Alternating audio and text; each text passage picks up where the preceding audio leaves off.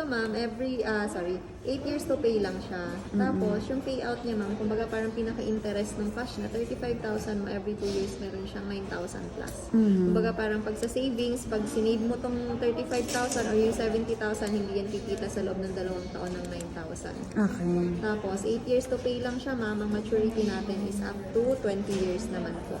Pero yung every 2 years na payout na in-invest mo dito, dire-diretso siya ma'am hanggang 20 years. Ilang taon na ako nun? Ito na yung 55 years. Ilang taon ka na? 55. Sakto lang ma'am, parang pang mo lang siya. Parang, tawag doon, parang SSS siya, parang mag-detention.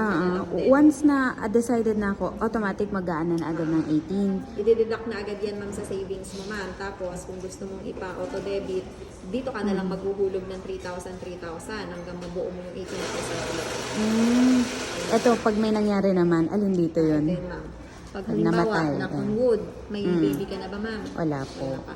Pag knock on wood na may mangyari sa'yo, kung sino man yung beneficiary mo, kung halimbawa sa unang taon, ito yung makukuha nila. Okay. 120 plus. Pataas ng pataas yan ma'am hanggang dito. Kahit ano mga dahilan ng kung ano mang mangyayari. At yung beneficiary, kahit hindi ko kamag-anak. Apo. Pero Wait. Double Ayan. check ko ma'am. Pero kasi kasal ako pero wala akong ano sa asawa ko, kahit hindi ko kamag-anak. Basta Double check mo na lang, ma'am. Kung pwedeng. family mo lang. Hindi. Kunyari hindi siya family, hindi wala siyang relation. Sige ma'am. Double check ko ma'am ha. Sige po. Okay, sige po.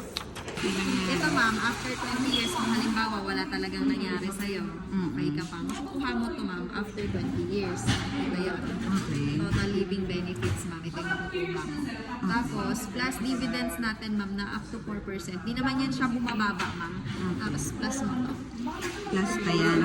Pag umabot ako ng 20 years, 50. after maturity mo ma'am. Doon na yan na yung mga makukuha mo. Tapos po, itong every 2 years, plus mo pa to, syempre. Magkano lang ang 35,000 sa 8 years, di ba?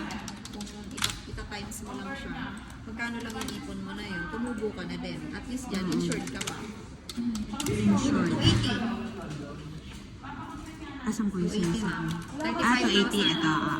35,000 naman, times mo lang sa 8. Pero ito kapag may malala yung illness, wala siya, hindi siya kasama, tuloy-tuloy lang ako kahit kunyari nagkaroon ako ng super lalang sakit at hindi ko na kayang bayaran na nagagamit na sa medical yung Ipapakausap talaga kita, ma'am.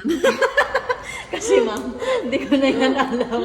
Ito lang kasi mga explanation niya sa amin. Pag yung sa mga may sakit naman kung magkano makukuha mo or kung may makukuha ka, to double check natin kay FA kasi siya talaga yung license na mag-explain kay client. Okay.